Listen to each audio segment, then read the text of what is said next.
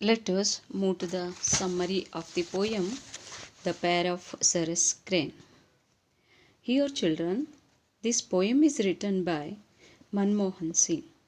Is dedicated to sarus cranes.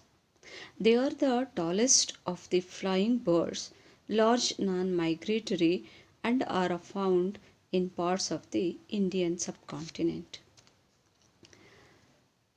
Southeast Asia, and Australia. We found these cranes. The sarus crane is easily distinguishable from other cranes in the area by the overall grey color and the contrasting red head and upper neck. Sarus cranes form long lasting pair bonds and keep up territories within, which they carry out courtships through loud trumpeting, soaring, and dance like actions. In India, they are considered symbols of matrimonial commitment, supposed to meet for life and languish at the loss of their companion, even to the point of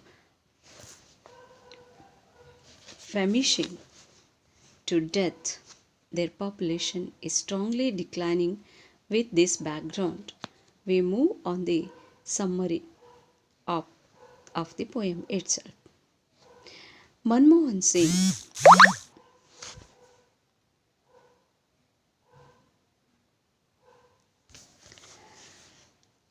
written a sarus crane. This poem describes about a pair of birds and the colonists of the bird killer. Female bird is observing the hunter who killed the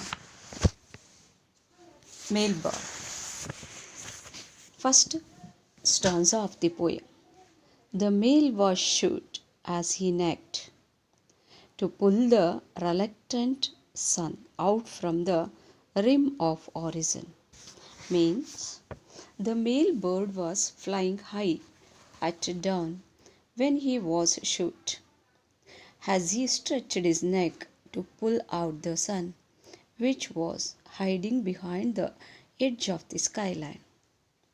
The female bird, seeing her mate shoot down, was crying in despair as she saw him being picked up with legs and jaws by the hunters. His proud and beautiful head was humiliated to be thrown in like dirty cloths into a rough washing bag. She started circling the sky, moving gracefully, witnessing his tragic end. The hunters took him away, and she returned to the scene of death with the pain and grief of Garv, and searched for him in the ditches and screamed to convey her sorrow into the air like Morse code. Next stanza. She flew crying as he was picked up, hands and jaws, and a proud neck was humbled to lie like dirty linen in a coarse washing bag. Means she searched, found, and kissed his few feathers that were not blown away by the wind, and sat to hatch those blood stained feathers back to life. A wave of sorrow came over. As if the wave came from heaven, she too joined him far into the world to death. Behind the words of humors, legends, fables of human love. A writer wrote about these birds that they mate for life dying in grief after their mate is killed, calling constantly. So this is the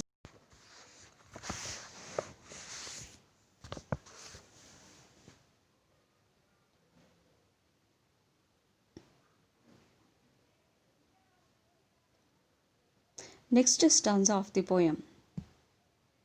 She circled the sky in moments of grace.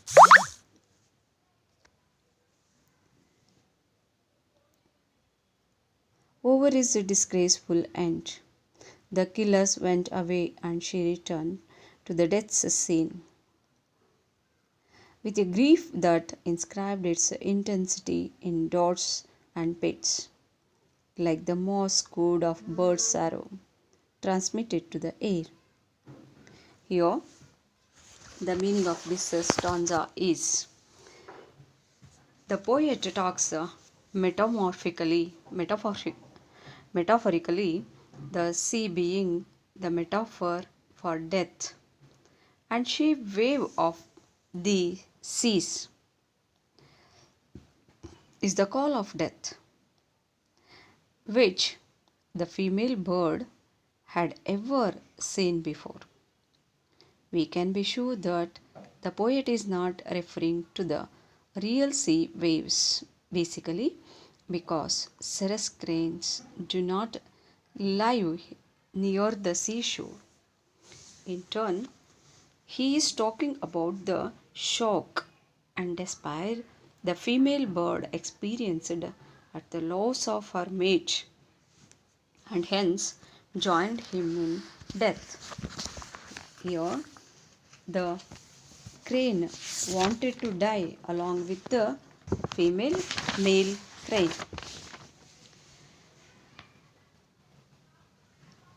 Next, the last stanza of the poem, that is,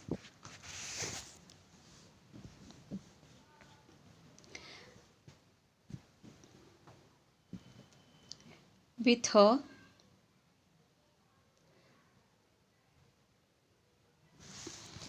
beak. Your the poet wants to tell about this stanza. The proud neck humble to lie like dirty line in a coarse washing bag. Smile the sarus crane. A society for the prevention of cruelty to animals is a public name for non-profit animal welfare organizations around the world. The oldest SPAC means SPCA organization is the RSPCA, which was established in England in 1824. This organization functions autonomously of one another and fight for animal welfare, contributing to the stoppage of cruelty to animals cases,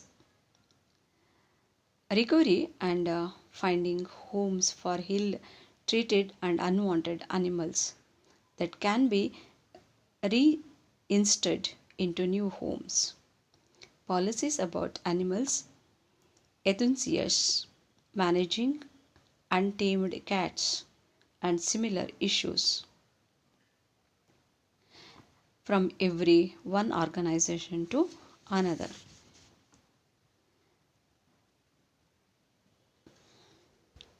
When female crane saw that the mate was shot down by the bird killer, she flew about crying.